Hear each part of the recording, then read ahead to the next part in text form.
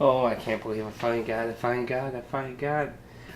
After a remote all PG's episode, and after Mr. John Tickle has just recently informed people of Level 5's most excellent... this box is awfully big for a DS game. But anyway, after his most newest review, I quickly got... What the hell is this?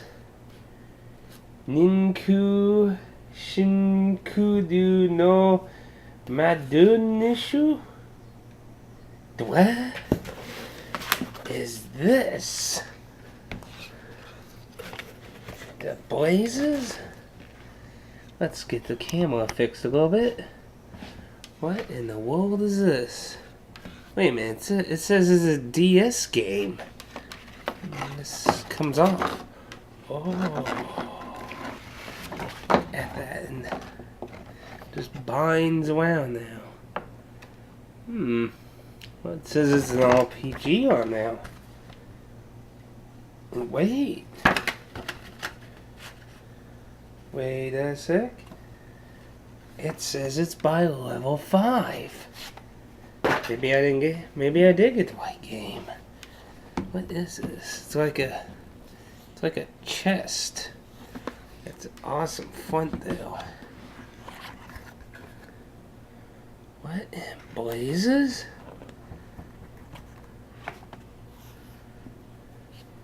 It's a hard-covered book. It has like a jewel in the center. Wow. That's a lot of information and stuff. Talk about getting like the walkthrough. What's these? They're like symbols. What could this game be? That is awesome looking. Well, maybe I didn't get John Tickle's suggestion here. Does that thing have like a little teeny lantern in its nose? What in blazes is this? What is this, phone numbers? And here's the game. Okay, time to stop acting. Hello everyone, welcome to a Pacific special unboxing as you have, well, already witnessed, basically. I thought it'd be kind of funny, Mr. John Tickle, to kind of do that since you just did a level 5 game, so I thought it'd be kind of funny just to reference that. I do not know how to properly pronounce this title, but it'll be in the title, obviously. But this is an RPG that came out in 2010 for the Nintendo DS, as you can see. And it's a very special and interesting game that I hoped would make it to America, and it sadly has not. After 2 years. It's very, very nice. And I must reiterate, I must repeat, this book is very nice. It's hard, it's bound well, the pages look old, and they're even in a circular fashion. And even if you look close, you can see the index coloring. So you can actually, I don't know if it's 100% sure, but this card that's inside the box that has all kinds of Japanese stuff and numbers, I think it's basically an index.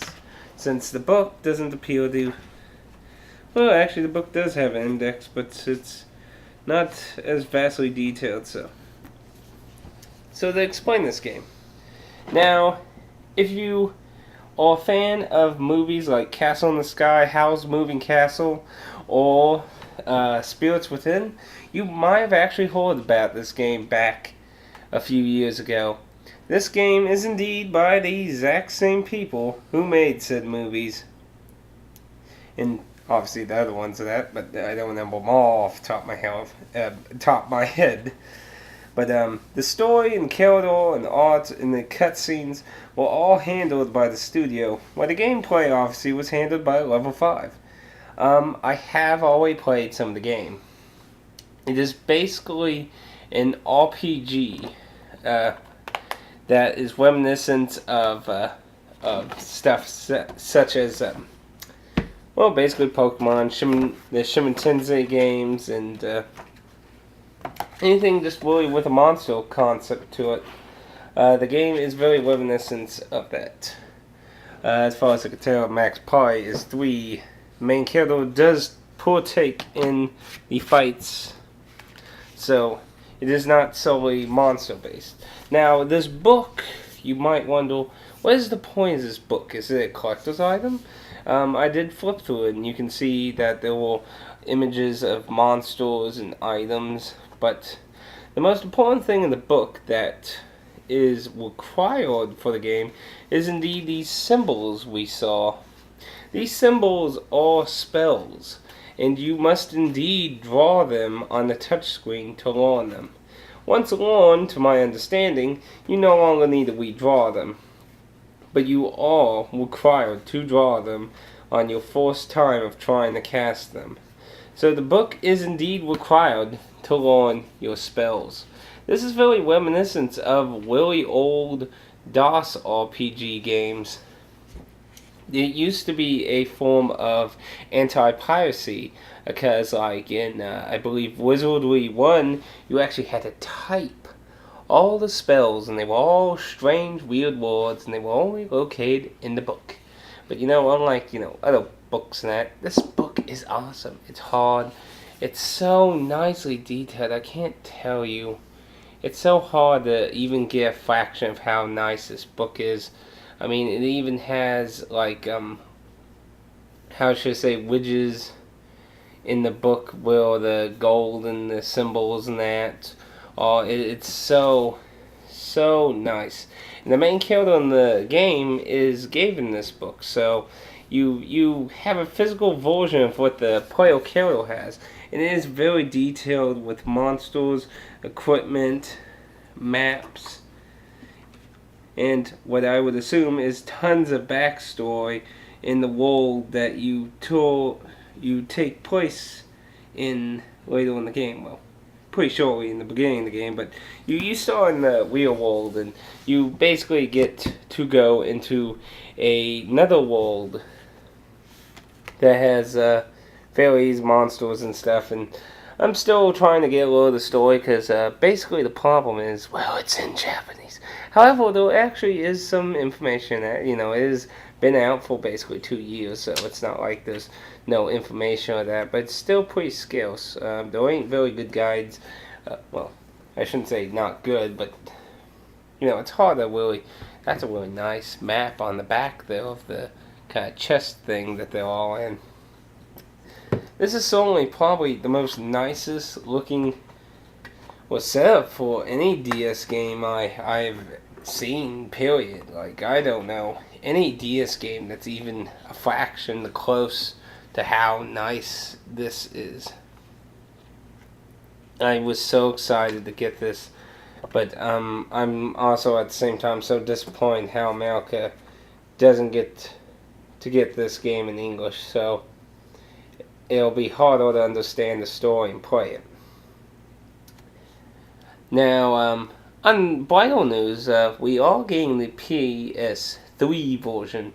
Now, back when they were conceiving these games, they said that the DS and the PS3 version would have a point in the game where they would be completely different stories.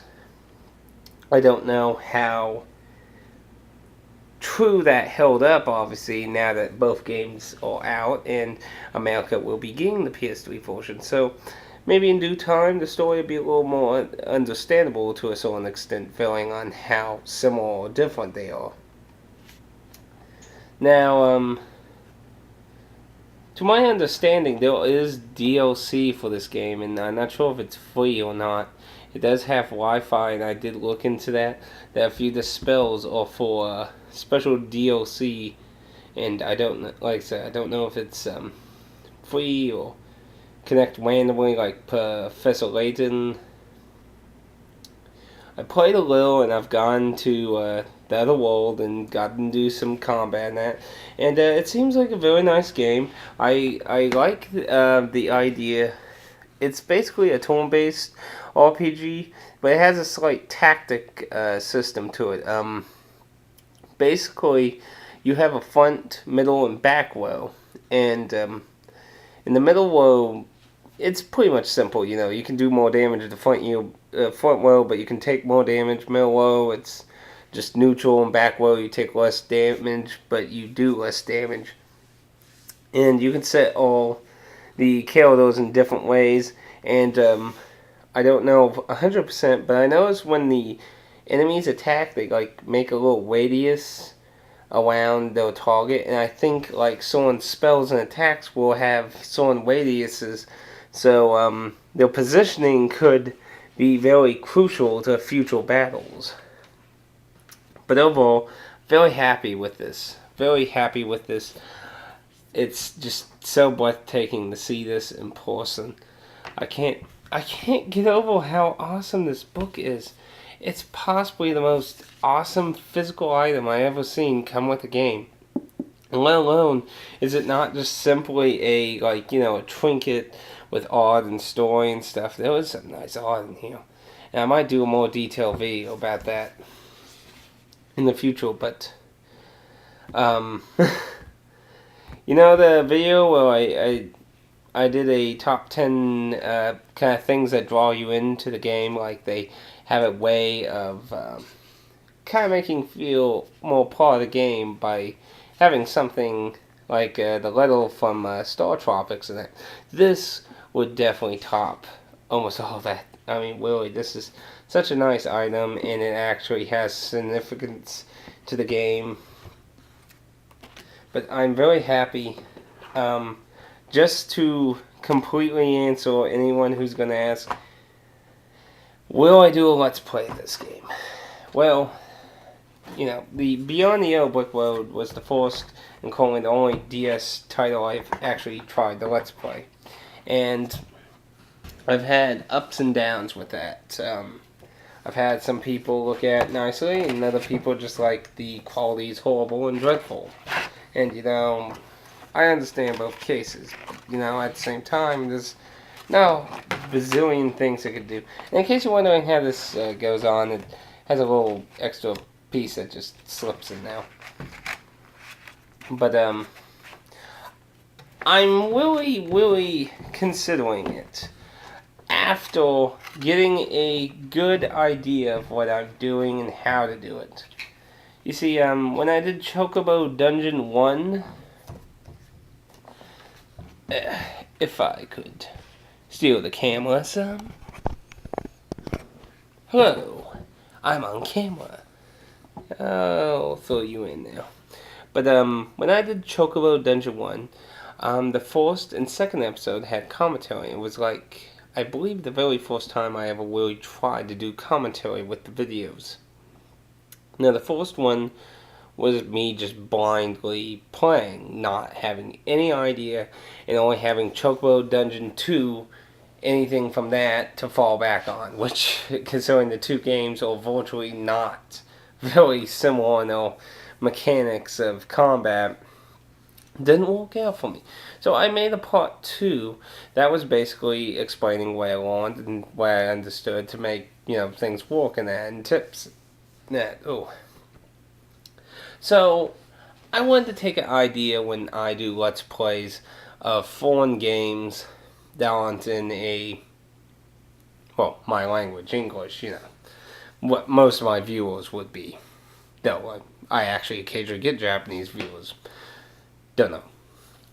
I have played some Japanese games, so. But, what I think I'll do from now on, because I thought about it, I'll do, like, a one recording that's, like, blind, or maybe not completely blind, maybe I played a little of that, but, I'll do, like, first recording thing, and then after, or maybe just, you know, to get the story and stuff, and the tutorial stuff out of the way, and then I'll make, like,